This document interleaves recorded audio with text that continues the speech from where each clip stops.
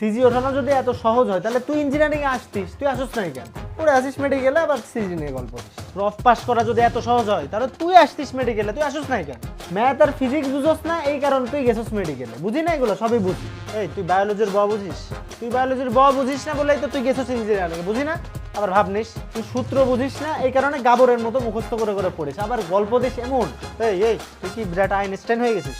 তুই তো সূত্র বুঝিস না, সূত্র না বুঝে মুখস্থ করিস সারাদিন। সূত্র মুখস্থ করে পরীক্ষা দিস না, ভাব নিচ্ছিস কি জন্য? প্রত্যেকটা বছর আমাদের 2000 মার্কের পরীক্ষা দেওয়া লাগে, 2000 মার্ক আমাদের বুঝাস তুই? হ্যাঁ, এই শোন, আমাদের এক্সামগুলো সবগুলো সেন্ট্রালি কন্ট্রোলড এক্সাম দেই আমরা।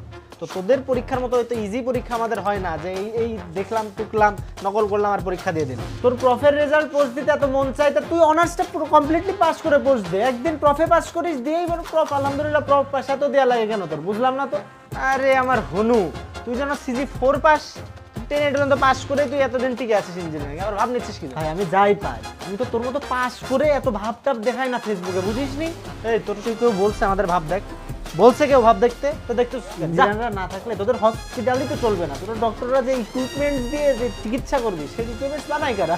ইঞ্জিনিয়াররা বানায়। পরীক্ষার আগের দিন কি খাস আমরা জানি না, এইসব খেয়ে খেয়ে যখন অসুখ হয়, তখন অসুখ হলে কাদের কাছে আসে? সেই ডাক্তারদের কাছে আসা লাগে। আমরা ছাড়া তোরা 100% অসুখ। তোরা ছাড়া আমাদের ঘোড়ার ডিমটা হবে, এটা হবে। অ্যাকচুয়ালি ছাগলের সাথে কথা বলে কোনো লাভ নেই, বুঝতে পারছিস? পাগলের সাথেও কথা বলার আমাদের